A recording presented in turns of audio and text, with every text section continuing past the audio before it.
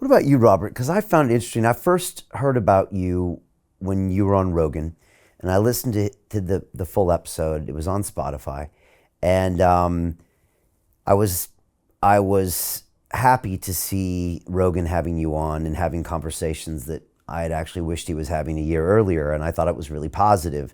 But I hadn't really heard much of you before that. And then in preparing for this, it's very hard to get any information about you out there because everything you said seemed to have been removed. And then, of course, negative information out there about you. But when you spoke on Rogan, you have a very calm sense about you. Like you said, you're very objective. And I was surprised that you've been vilified so much or been such a target of the defamation, et cetera. And I was wondering if that surprised you, and do you think it's for the simple reason because you have this pedigree of credibility unlike other people? Or have you made sense of your own censoring? So I don't obsess over it too much. It's just a fact of life. Your episode of Rogan was removed from Spotify as well, right? No, it's still there, Okay. But good luck finding it. Yeah. Well, good luck finding you anything. cannot find it through Google. Yeah. Well, good luck finding anything on Spotify through Google. Yeah, I think it's number 1757 or 759. And Okay. if you know the Spotify number, then you can search Rogan and that number and Spotify, and you'll pull it. I couldn't find it on Spotify search. Searching Yeah, no, you can't. You can't. So you have to know the specific episode number. Okay. So that's not a Google thing. That even Spotify search tries Correct. to delist it. Okay. But Correct. it's up there still for whatever that's worth. Okay. Yep, it is. And there's many mirrored sites. Right. So it's still there. And it was, of course, amazingly, I mean, what a bizarre world. I get catapulted from running a small, basically two-person consulting shop for decades, trying to keep my head down, as they say in DC. If they can't see you, they can't shoot you. And that's just kind of been my modus in a world in which I was already kind of blacklisted because of what I had done early, which was just politically inconvenient for various people that wanted to take credit for it. And people in San Diego with the old company that I was at, and people at Penn, et cetera. The people that tried so hard to get the Nobel Prize. For the mRNA research you did. Yeah. Okay. Yep. All right. Yeah. So my mentor, when I was a graduate student, when I left the lab, told me that I would never get an NIH grant if I left at that time. And that is the case. He's an incredibly powerful individual in science. Okay. So I've kind of understood big science all the way through. How do I make sense of this?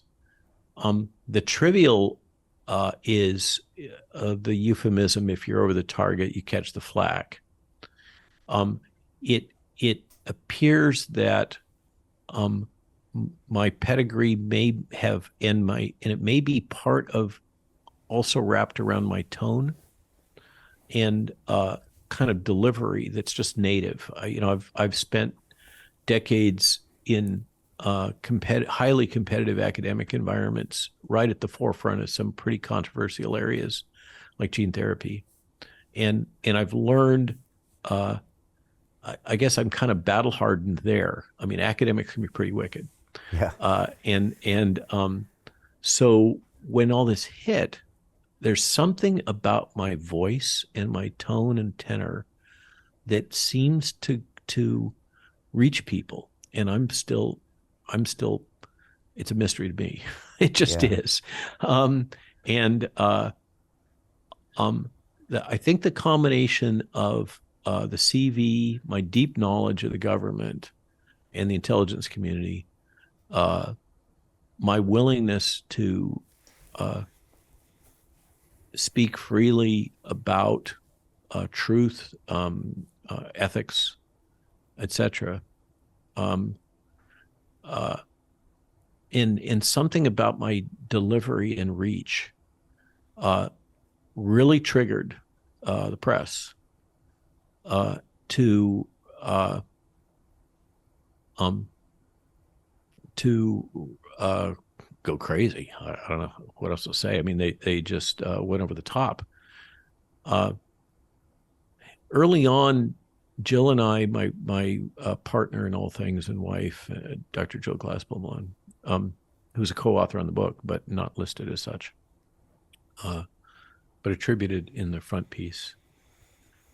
We when we encountered what happened after Brett Weinstein and what was happening in the press with the attempts to delegitimize and write me out of history, I mean, Wikipedia and everything else, there was a concerted effort to write me out of history. And uh, we kind of, we spent some time thinking about it and came to the decision that we weren't going to let them get away with this. But I had interacted with press for decades, almost always on background, except in the case of the Jesse Gelsinger death at UPenn, which is the gene therapy death that was so famous, where I came out because my ethics professor told me I had an obligation to. And so I said, yes, sir. And destroyed my career then. But we looked at what was happening and made the decision that I would just throw myself into alternative media and throw myself into the podcast. It was a steep learning curve, and still so much to learn. But I would accept any podcast from anybody. I mean, I was on some pretty weird special interest groups, crystals and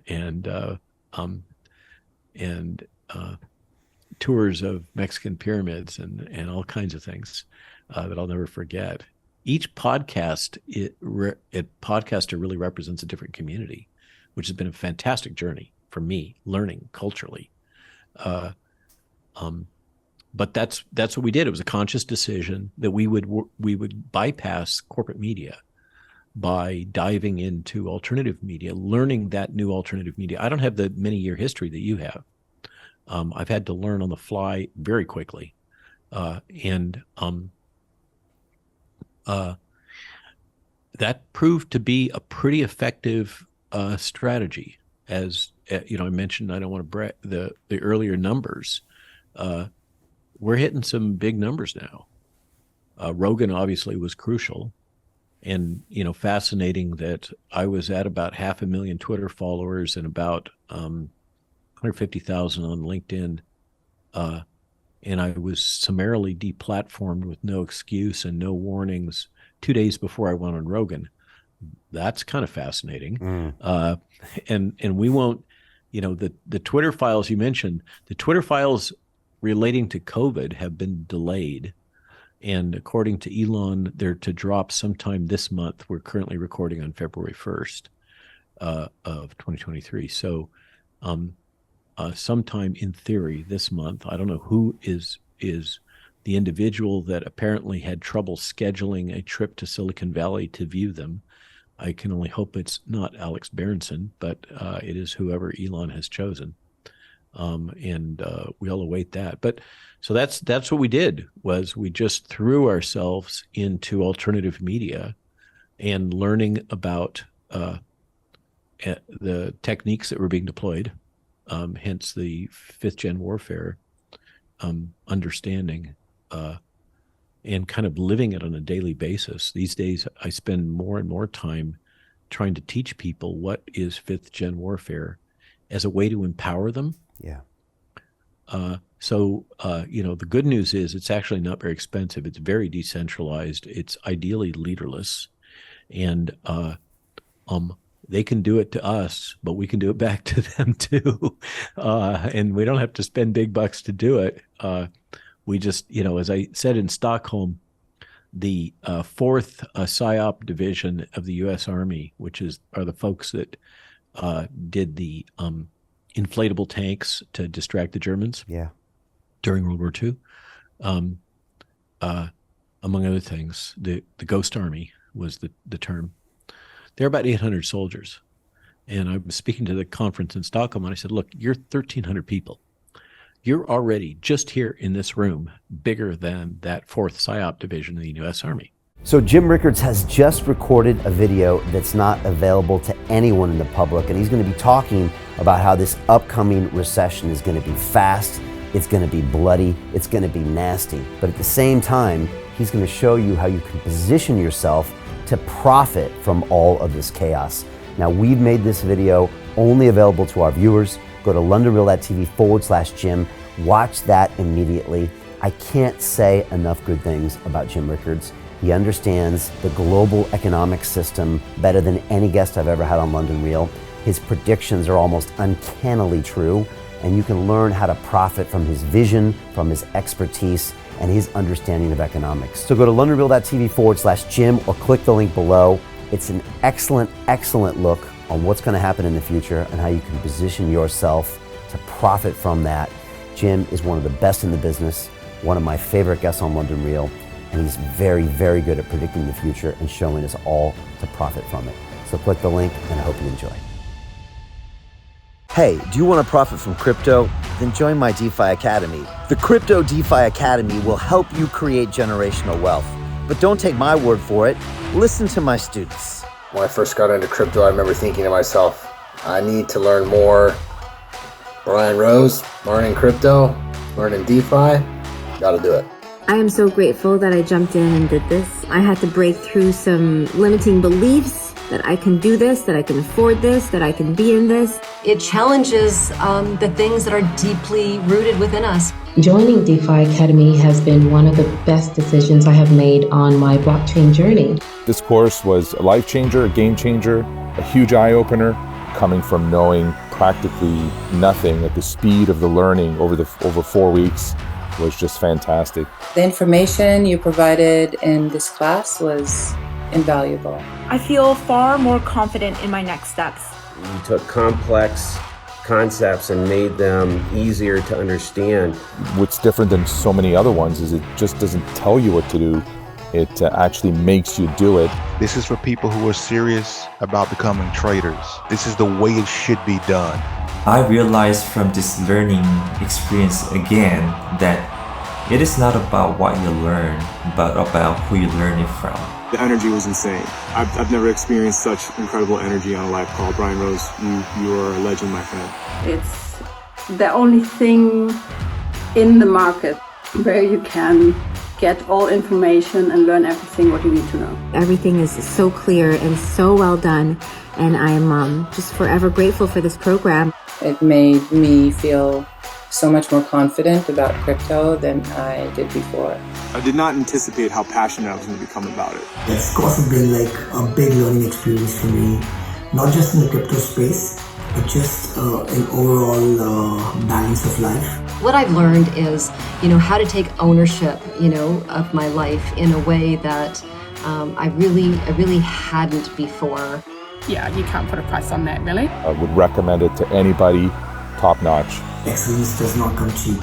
So if you want excellence, you gotta pay for it, but it's so worth it. Pull the trigger. That's what this course is about. You're not going to regret it, really. It's amazing. Thank you, Brian and team. So what are you waiting for? Crypto is happening now. Click the link below, submit your application, and let me mentor you on how to create generational wealth and build the decentralized financial infrastructure of the future.